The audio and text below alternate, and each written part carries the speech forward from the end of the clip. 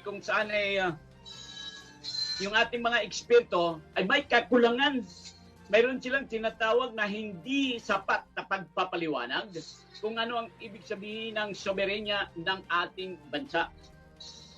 Sa ating pong pagsusuri, itong sovereignty na itong ating tinatawag na soberenya ng Pilipinas, teritorya ng Pilipinas, malupa, karagatan, dalampasigan, sa himpapawid, ay mula po sa dalampasigan papunta ng karagatan, doon sa gitnang karagatan, ay mayroon tayong 12 nautical miles. Yan po ang soberenya paikot ng ating dalampasigan sa buong Pilipinas. 12 nautical mile. Yan po ang ating territory. Ibig sabihin, hindi po pwede pumapasok yan pag walang permiso galing sa ating bansa.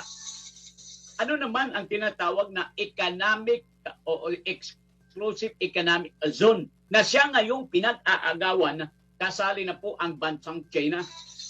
Ang exclusive economic zone, kapatid, kaibigan, kaduana, kamata, kapuna, karunda, ay yung mula doon sa pinakadulo ng 12 nautical miles sa ating territory, magsisimula 200 nautical miles papunta doon sa dulo na, paikot ng ating bansa.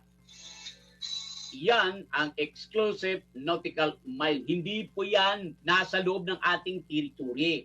Bagamat hindi po yan ay nasa loob ng ating territory, ayon po sa international law, ang bansang Pilipinas ang may karapatan. Yun ang tinatawag na sovereign rights.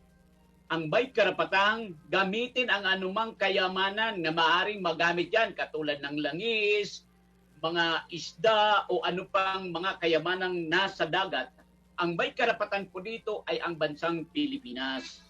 Kaya kung matatandaan niyo, noong dekada 70, ang China Coast Guard, Indonesian, Malaysian, at iba pang Asian country, kasali na po ang Pilipinas. Mayroon po tayong mga barko dyan sa exclusive economic zone. Katakatakahan, nung dumating ang Pangulong Ninoy Aquino, pinull out ito na siyang dahilan na naglagay na ng temporary lupa ang China doon sa naturang exclusive economic zone. Dahil sila na lang doon Nung dekada 70, nung panahon ng former President Ferdinand Marcos, kulang na lang kung magkape sila, isang takuri lang ang gagamitin. So, ibig sabihin, magkakasama sila doon sa gitnang karagatan. Pero anong nangyari, kapatid, kaibigan? Pinulaot yung ating pwersa ng Philippine Coast Guard. Ngayon, ano ang nasa isip ng Asia country? Ay, wala na sila. So, tayo na ngayon dito. Umalis na sila Magsuri kayo. Ibig sabihin, mag-research kayo kapag mali ang sinasabi ni Gagampino. Live na ba tayo ngayon? Wala kasi ako monitor dito, engineer. Pag mag-chat lang po kayo kung anong activity natin dyan sa studio, Unang live natin dito sa RPN, sa kanilang sa aming FB page, ang RPN DXKT Radio Runda.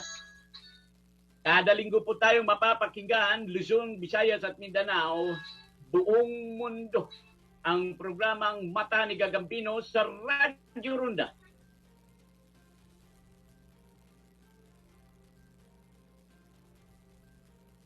Dalawa po ang sunod-sunod na paninira na makuha lamang yung kanilang yung bang napakaganda ng kanilang plano na maging uupo sa mataas na posisyon. Ito ngayong sikat na sikat, at hindi natin masasabing sikat na siya namang pinaniniwalaan na may tiwala ang taong bayan, si Vice President Inday Sara Duterte, ay siyang nangunguna sa pinagkatiwalaan sa buong bansa.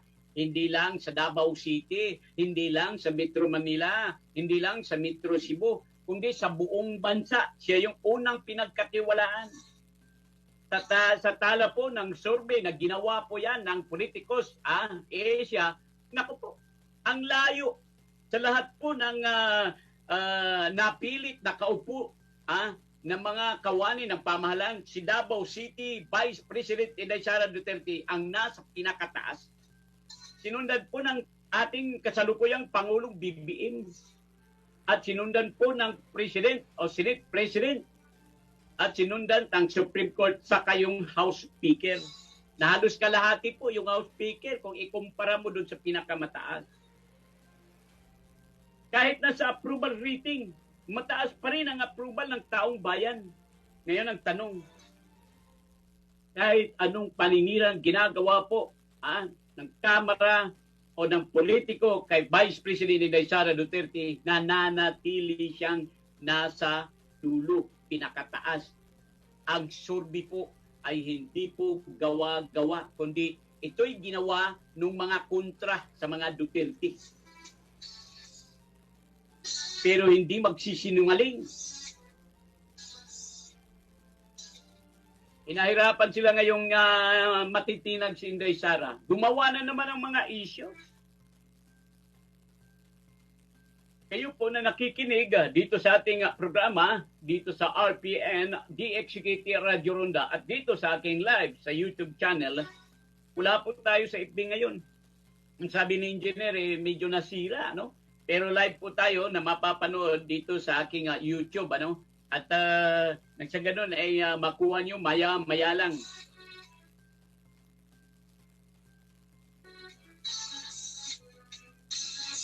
Unang-una nating tatalakayin dito sa FB at dito sa ating YouTube, pati na sa RPN, ang tungkol po sa POC. Meron na pong 20 minutos ang nakalipas ng ating programa, no? Alas 8 ng umaga.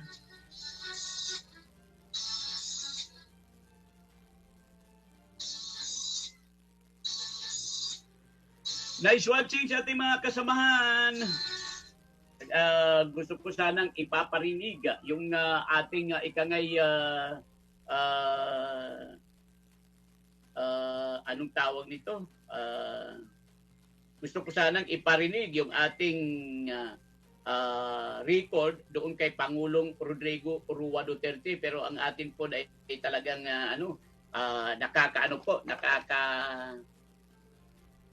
sa susunod na lang po at bukas, no?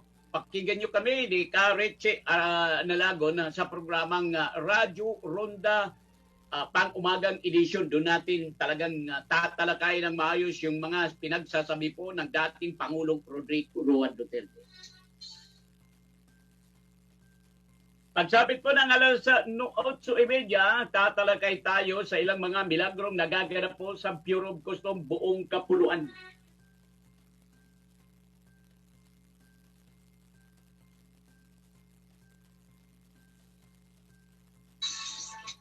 Tatlo po, Engineer, kung ano yung dapat gawin dahil live tayo sa YouTube channel at live na live tayo sa Radyo Ronda at dito sa DXKT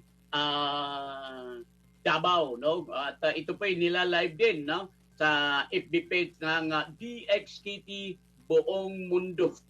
Hindi lamang sa Pilipinas, Luzon, Visayas at Mindanao, sa buong mundo po ila-live natin ito. Maya-maya rin, maglilit lang tayo ng 1 oras bago ko i-upload doon sa ating social media sa FB page ng Pabi Jam Gagambino. May nagka-problema ng po konti ng ating technical. Dahil dito sa mga bibili nga ako ng ng daga. Oo. Natuklasan ng inyong lingkod, kinain ng daga yung dalawang wire na direct to my laptop, pati yung laptop na-on siya. Kaya yung ating mga kaibigan, kapatid kaibigan na nanonood po sa YouTube channel, marami pong salamat, ano? At yung nakalipas na ating live, marami pong salamat doon sa halos sa umabot ng 2,458 na mga viewers, pati na po yung mga bagong subscriber. Kapag hindi kayo nakasubscribe dito sa ating YouTube channel, bari kayong mag-subscribe, ano? Ang Mata ni Gagambino, at i-click na rin yung notification bell. Kung halimbawa nagustuhan nyo yung mga topic kong ating pinag-uusapan, lalong-lalo na ang Bureau of Customs.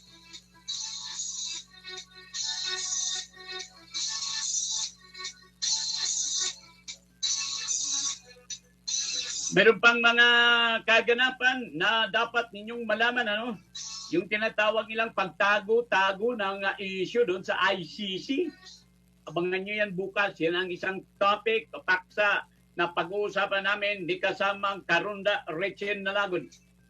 Mula alas 7 hanggang alas 8 po yan ng umaga. Naku po, marami kayong matutunan, marami po kayong makukuha dito sa ating programa sa Radyo Ronda.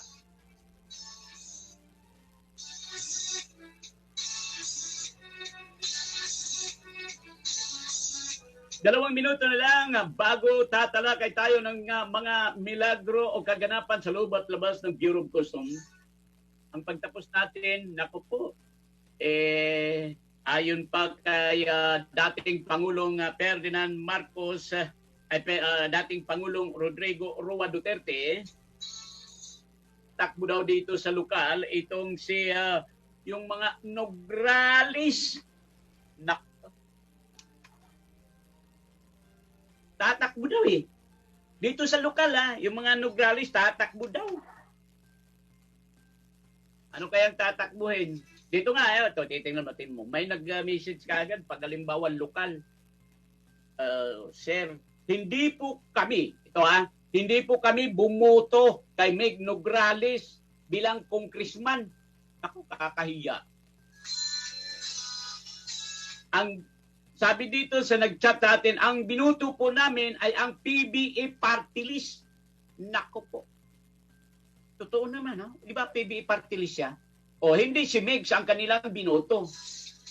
Katulad din kay Franz Carpio, hindi nila binoto si Franz Carpio. Ang kanilang binoto ay yung party list na yon, na ang akala nila yung party list na yon, dahil yung pangalan nakakatulong, bumoto sila nun. Hindi nila alam na ang representante pala ay yung may kaso dito sa Davao na kidnapping.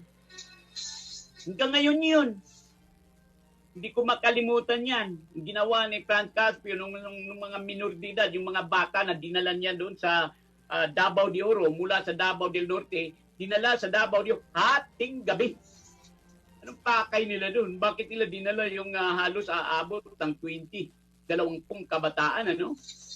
Dalawa sila ni Satur Ocampo noon. Hindi nahuli. Inasuhan ngayon sila dito ng kidnapping. Minor de edad pa yun. Ito, nag-chat na, hindi po kami nagbuto kay Franz Carpio, pati na kay Mig sa Nograles. Ang kanila daw binuto ay yung PBE party list at saka i-teacher ba yun? Isi-teacher. Yan. Stop na tayo sa politika. Mainit talaga yung politika, kapatid, kaibigan, kung inyong maintindihan. Kasi dito sa politika, ang daming mga kasamahang nawawala. Totoo yan. Pero marami ring mga kasamahang kumita sa takilya. Ang kanilang regalo, kape at gatas, asukal. Dito tayo ngayon sa pag-uusapan natin ang Bureau of Customs. Unang-una po na talaga namang pag-uusapan ay yung tinatawag nating papalitan daw si Custom Commissioner Ben Robio. Naku po.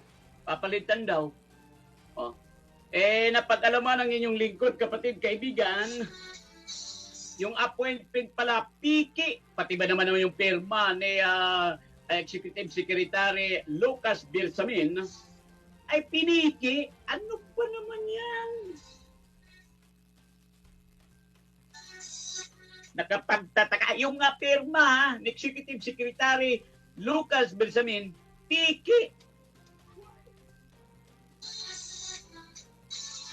May karapatan siguro si Executive Secretary. Pascal ito Fords. Kumalat ngayon sa apat ng sulok ng adwana na may bago ng commissioner. Nung dumating sa atin, hindi po pang mayabang, tinignan ko. Chinik natin, naku po. Meron na pong nakalipas sa 30 minutos sa ating programa. Ang oras po ay alas 8:32 ng umaga.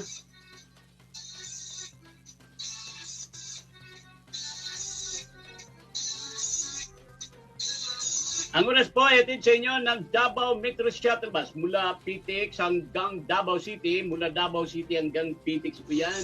Pinakamura at pinakamaganda na bus na travel Luzon, Visayas at Mindanao. Salamat po kay Vice Governor Carloy at kay Operation Manager all over Philippines, Tomas Albaro. Kasakay na ako Pagdating ko ng Legazpi, ako po, ang hirap pala ito. Sasakay ka ng bus na hindi ka sanay. Pinagtawan ako ni Manager Tomas Albaro. Pero napakaganda, Safety ka po at saka talagang inaasikaso ka talaga ng mga konduktor at driver ng ating Davao Metro Shuttle Bus. Thank you. Saludo si Gagambino sa inyo. Kayo lagi kasakay dyan, Guryo. Ako sa una mo sakay. Dali na biya kayo magluod di gisa basta makabati nga ni sakay kung Metro sa atin.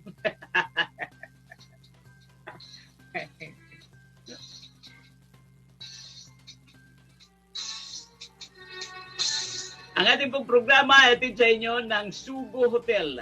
Ang Sugo Hotel po ay talagang suklin, sugod. At ito'y napakalinis na hotel sa Metro Manila, pati na po dito sa Davao. Meron na ata dito sa Davao yung Sugo Hotel, Yan. Thank you po sa management ng Sugo Hotel.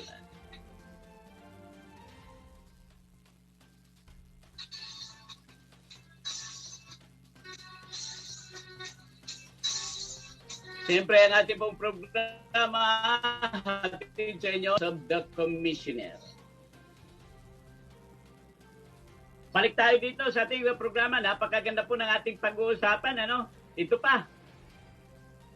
Para doon sa ating mga kawani ng Bureau of Customs, ito yung maganda, kapatid. Atat na atat yung mga kawani na makakuha, matanggap nila yung reward na pinabibilis na i-release ni Custom Commissioner Benliob. Yung ngunit natanggong, hindi nakaabot. Pinaheadline pa naman natin. Alam niyo kung bakit? Kasi ang National Cash Achievement kasi, o NCA, na ito'y from galing ng Department of Budget and Management, may kulang. Ayon po kay Custom sa Deputy Commissioner Michael Fermin, ay okay naman po, intact naman po yung inyong incentive reward. Hindi po yun ibinulsa, hindi po yun nakulangan, hindi po yun natsapuerat, hindi po ito na water. Ibig sabihin, talaga namang yung inyong incentive reward ay nandun. Yung nangangahulugan na yung incentive reward ninyo ay hihintayin nyo lang pumapasok sa inyong account. At ito yung maganda, kapatid, kaibigan. Pinabibilis na ito. Kaya yung mga kulang na dokumento na siyang kailangan ng Department of Budget and Management isinumiti na po ng ating ahensya ng Bureau of Customs. Wala naman pong nag-disagree dito Ang ating Department of Finance at ang dalawang sangay, ang Bureau of Treasury at ang Bureau of Internal Revenue ay agree naman po na matanggap ng kawani ng Bureau of Customs yung kanilang dapat matanggap. Saang tanggapan ba ito ng Bureau of Customs na nung nag-retile na itong isang deep call, nilimas ang lahat ng mga kagamitan? Pwede ba ito? Ngayon, kung halimbawa wala nang kagamitan doon sa tanggapan, sino ang mananagot? Alam niyo ba, sa batas natin, mayroon yan Pero, ang kawawa kasi, halimbawa ngayon, si Manager Richie Alagon, siya yung aking manager, Ngayon, ako naman, nag-acting ako. Manager. Pinaalis ngayon ako. Kasi wala na akong time, matanda na. Ang ginawa ko, lahat ng kagamitan doon sa istasyon, na naka-MR sa aming manager na si Richie Nalagon, naka-MR. Nakapangalan na siya yung magamit. Siya yung mananagot. Sa madaling sabi. Dinala ko lahat. Mula sa mixer, laptop, computer, upuan, aircon, dinala ko sa bahay. Ang tanong, sino mananagot? Yung manager, kasi doon naka-MR sa kanya. At hindi po pwede yun, nadalhin ko, kasi hindi naman sa akin yun. Ginagamit ko lang doon sa tanggapan. Yan po ang nangyayari ngayon sa isang tanggapan ng Bureau of Customs. Kaya panawagan natin sa admin, lalong-lalo na kay DepCom Permin. Pakisuri naman po. Kawawa yung naim at nakapangalan doon na siyang mananagot, siya yung magbabayad. Oo, umiiyak po. Dahil kunting-kunti lang yung kanyang sahod kada buwan, nawawala pa. Dahil doon sa ginawa ng isang, kung saan port yan,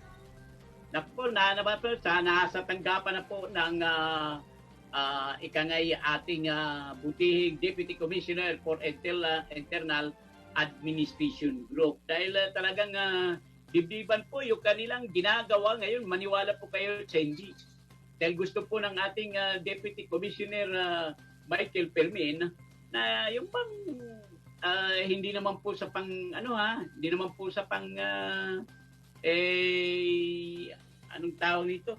Pangpalaki ng puso talagang baka masa ito dalawa sila ni Custom Commissioner Ben Rubio. Kung ano yung nakaganda doon sa ikangay kawanihan ng Bureau of Customs, ginagawa po ng dalawang mamang to. Sunod po na ating tutuklasin, saan naman po itong budigang niransak?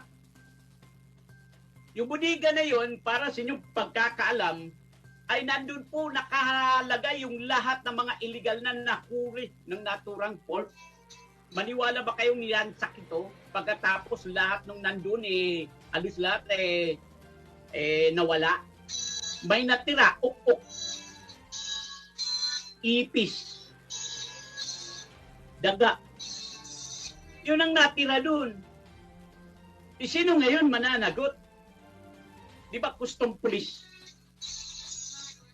Custom police, commander, sector commander, ano bang ginagawa? Baka tumutulog kayo. Baka natutulog kayo. Hindi ako maniniwala, kapatid, kaibigan, kadwa, nakamata, kapuna, karunda, na ito'y bantay sa lakay. Ang galing pa naman nung naransak na yun, yung camera na nakatugtog ganun, ginanon lang ito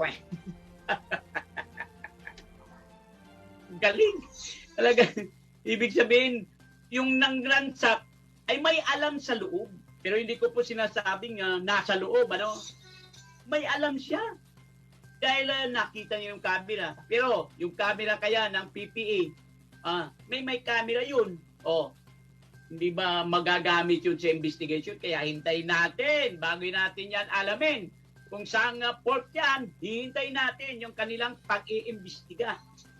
Binigyan natin ng 2 linggo, binigay ko sa kanila. 1 linggo na ngayon. Sa susunod na linggo, malalaman nyo na kung saan port yung tinatawag nating niransak at inubos ang mga illegal na nahuli ng Bureau of Customs.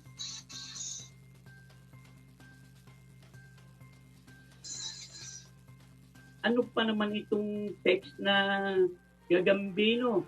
Iba na ang pangalan ng bureau namin ngayon. Hindi na port of, ano ba? Port ng mga lasinggiro. Nako po. Sabi dito, hindi na daw port kundi port ng lasinggiro.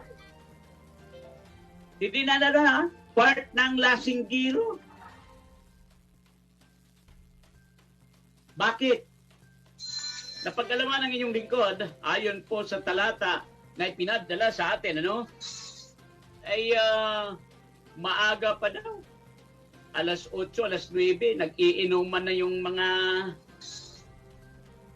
hippie pa naman ng port. Wala ba kayo? Hindi ba kayo nahihiya kung totoo yan? Ngayon, ay talagang ginagawa naman ito ng ilan, pero tago. Bakit na kayo nagpapasilip kung talagang totoo, di ba? Okay nga magpasilip kung talaga yung totoong umiinom kayo, sa labas, huwag yan sa tanggapan.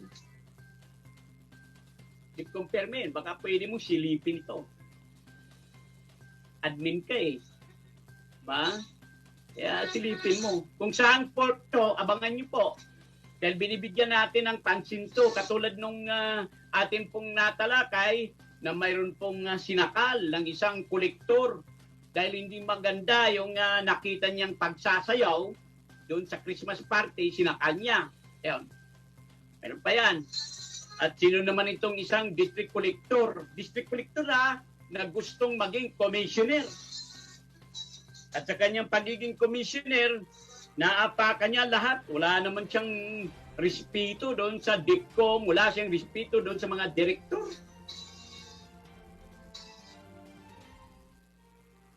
Kakahiya. Dahil ba sa inappoint ka ng Pangulong BBM, gusto mo nang lamasin lahat? Pati ba naman yung pagrespeto doon sa ating mga direktor nawala yung iyong pagrespeto, no? Ba naman, di maganda. Good morning nga pala sa ating mga kababayang nanonood ngayon sa Luzon, Visayas, Mindanao. Lalong-lalo na dito sa Luzon, no? Sa MICP, no? Good morning, happy Sunday kay District Collector RR. Collector, pasensya po, talagang totoo yung sinasabi ko sa iyo At ako'y nagpapasalamat kay Collector Rosales dahil talagang inaksyonan niya yung aking tugon, yung aking report sa kanya. Binigyan kaagad niya ng action. Wow, talagang bilib na bilib tayo. Kahit kay Port of Manila District Collector Rizal Turalba, good morning, happy Sunday po, happy trekking sa advance kahapon, ano? Thank you sa inyong suporta sa ating pahayagang Mata ng Agila sa Aduana. At ina po sa ating programang Mata ni Gagambino live sa YouTube ay talagang ako'y nagpapasalamat ng malaki sa inyo, no? Kay Attorney Marlon Agasita, ang Chief Staff po ni Custom Commissioner Ben Robio. Thank you po, Attorney, At siyempre kay District Collector Attorney Yas Mapa ng Port ng Naya. Napili po ang Port ng Naya, pinakamaganda at pinakamalinis. Wow! Ngayon ko lang narinig to,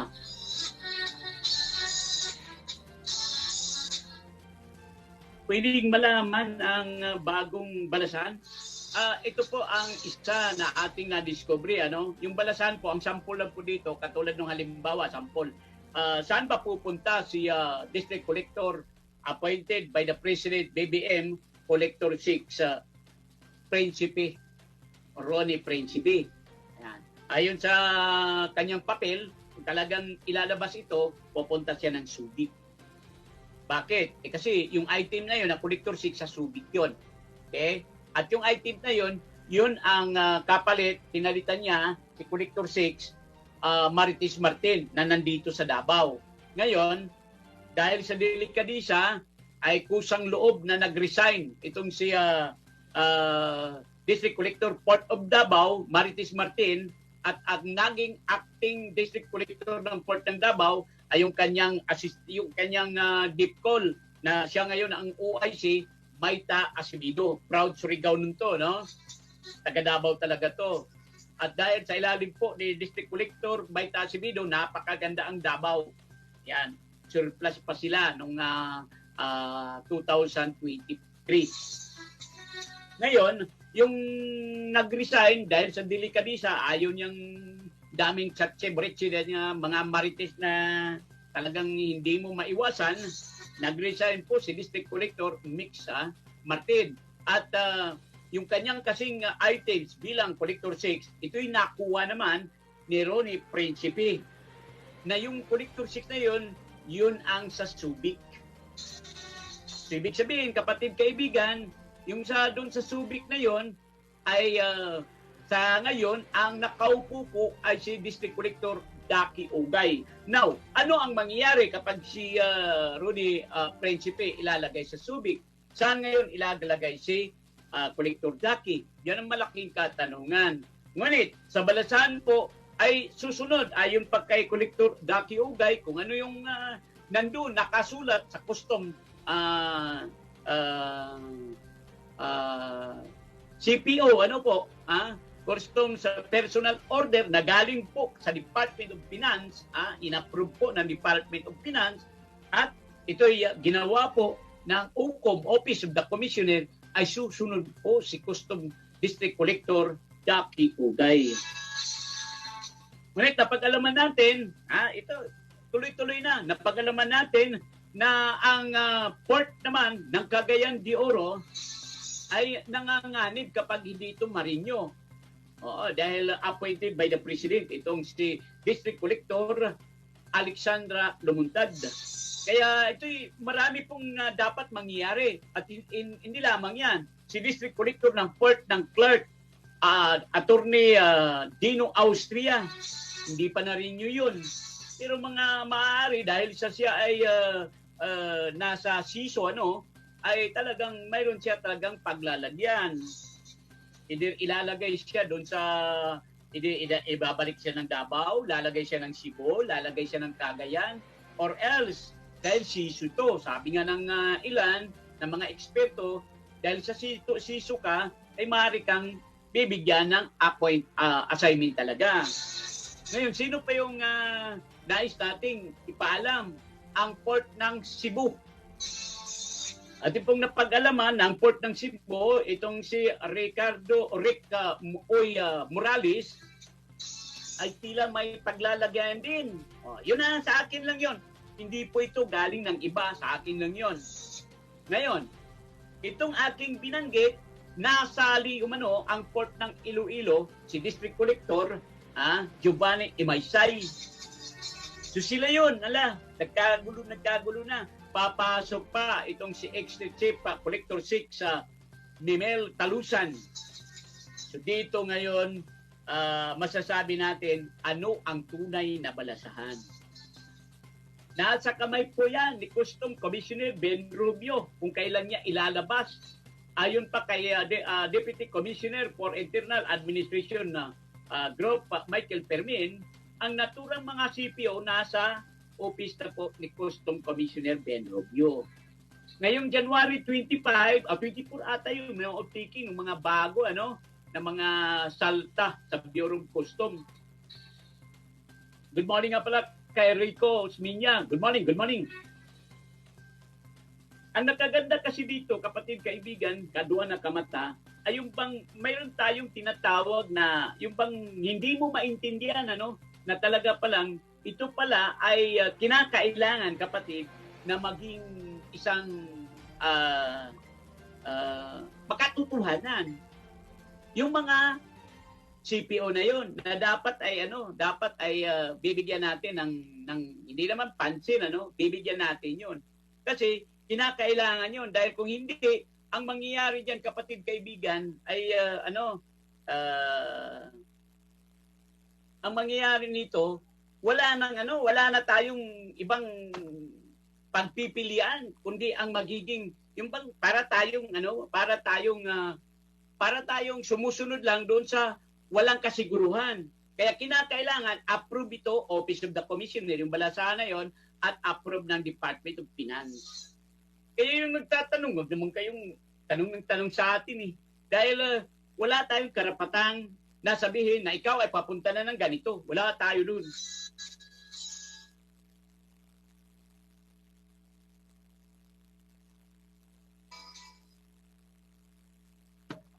Kasi ang gusto natin ay ipaalam lang sa taong bayan kung ano yung ating natutuklasan.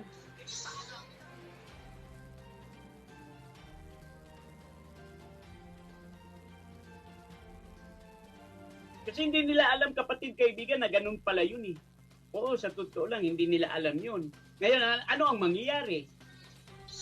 Ano ang mangyayari? Sige nga, ako nga hindi ko sinasabi na ganun ang mangyayari, Pero kung sakali man, ano yung mangyayari, sana to pa rin dun sa matatamaan. Hindi yung gagawa pa kayo ng mga kung ano-ano na ay delikado to, hindi nyo ito dapat gawin.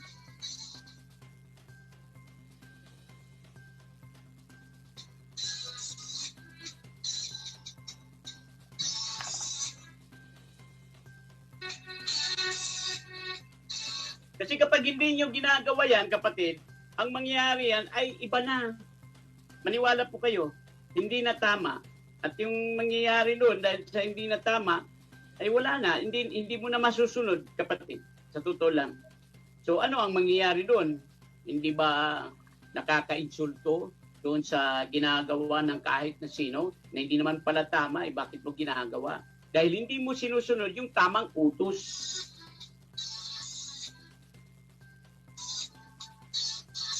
May mga tao ngayon dito sabi, naku, ano ba naman to? Atat na kung ano ba talaga ang pinag-uusapan natin. Naku po, ano ba naman to?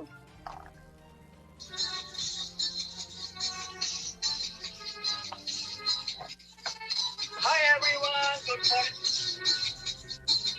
In-upload ko na po sa YouTube channel yung ating pag-live ngayon. Kaya live na tayo ngayon sa social media sa Bobby Jam Gagambino. Live pa tayo sa RPN DXKT Davao. At siyempre mapapakinggan nyo ang ating programa, ang Mata ni Gagambino, mula alas 8 hanggang alas 9 ng umaga kada linggo po dito sa RPN Radio Ronda ng Davao. Mapapakinggan nyo rin kami ni kasamang Karunda Rich Sinalagon. Tayo po'y nagre-report every morning mula alas 7 hanggang alas 8 sa programang Radio Ronda. Ito pang-umagang edisyon. Kasama po si kasama Karunda Rich Sinalagon.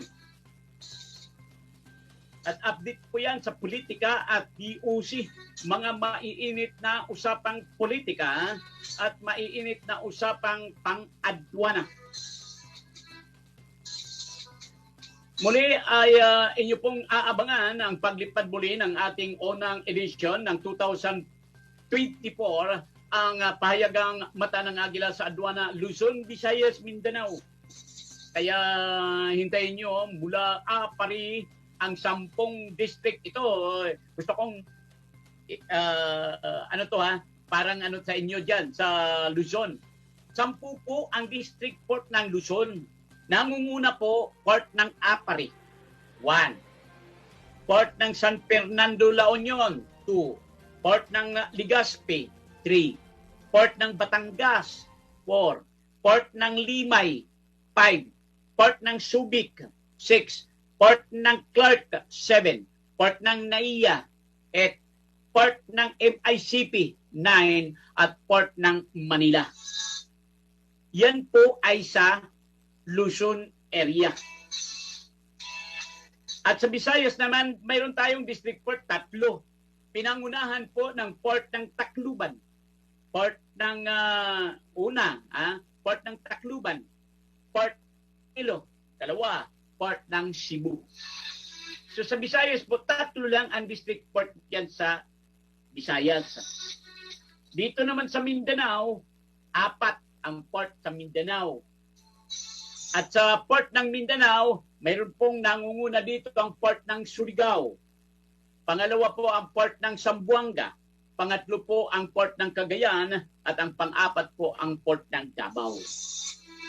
Sa buong kapuluan, Luzon, Visayas at Mindanao, mayroon pong 17 port, 10 sa Luzon, 3 sa Visayas, 4 naman dito sa Mindanao.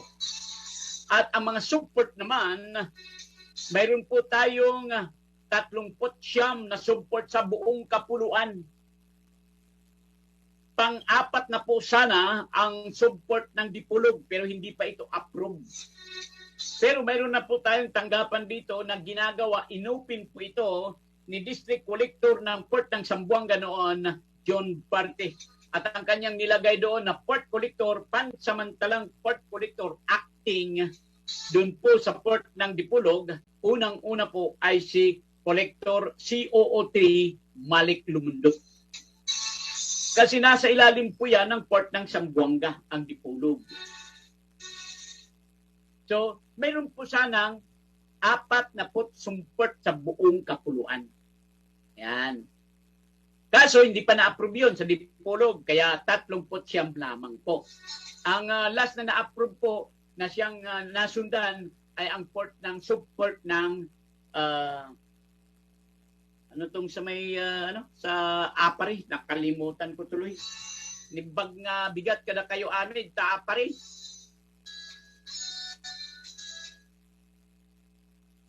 Sabi ka lang, engineer, kung ilang minuto, i-chat mo lang ako kung ilang minuto kasi advance tayo dito.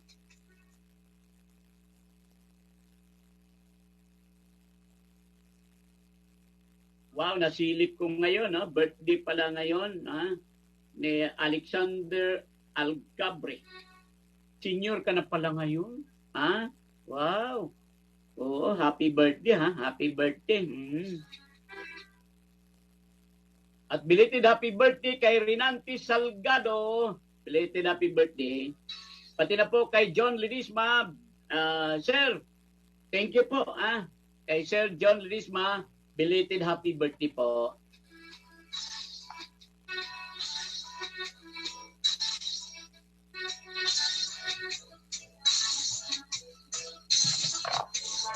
Limang minuto na lang po bago matapos ang ating programa sa RPN, Radio Ronda Davao. Makakasabay po dito sa ating programa ang Mata ni Gagampino sa Radio Ronda dito po sa YouTube channel. May 5 minuto na lang pong natira bago tayo hindi naman po sa mamamalam, ano? Yun pong ating mga tinatalakay, unang-una po kanina sa politika, ano lang yun, nagkukulat lang po si Gagambino sa inyo sa pinakahuli dahil yun ay talagang pinakamainit na yun. Pero sa totoo lang po, advance po, sa politika po ngayon, ayon pa kay Pangulong Rodrigo Roa Duterte, ayaw na niyang tumakbo. Dito naman sa Bureau of Customs, ay atin pong tinatalakay kung totoo ba talaga na may nangyayaring palitan o piki. At pinaliwanag po ng inyong lingkod na yung pala'y piki.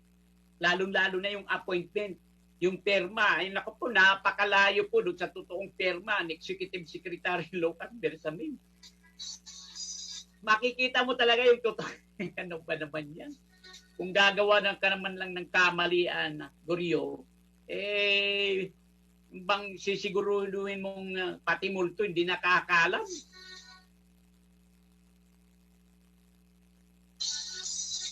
Malinaw pa sa sikat ng araw yung pirma ni Executive Lucas Bersamin. Talagang niluluko nyo yung taong bayan, lalong-lalo na yung mga kawani ng Bureau of Customs. Sino kaya ang nasa likod nito? Atin pong nakapag-alaman, ginagamit pa po itong si Undersecretary Ariel Nepomuceno sa inyong kagaguhan. Ano ba naman yan?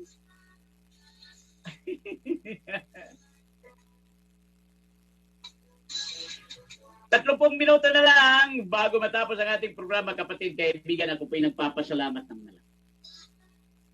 Dahil sa loob ng isang oras, kahit pa medyo sa pagsimula natin, ay medyo magulo. Dahil aking natuklasan, ang kalaban ko dito sa aking studio, si Daga. Kaya sinabihan ko na yung aking tao dito, maglinis-linis. Kahit na maglinis ka talagang papasok talaga itong si Daga, oh.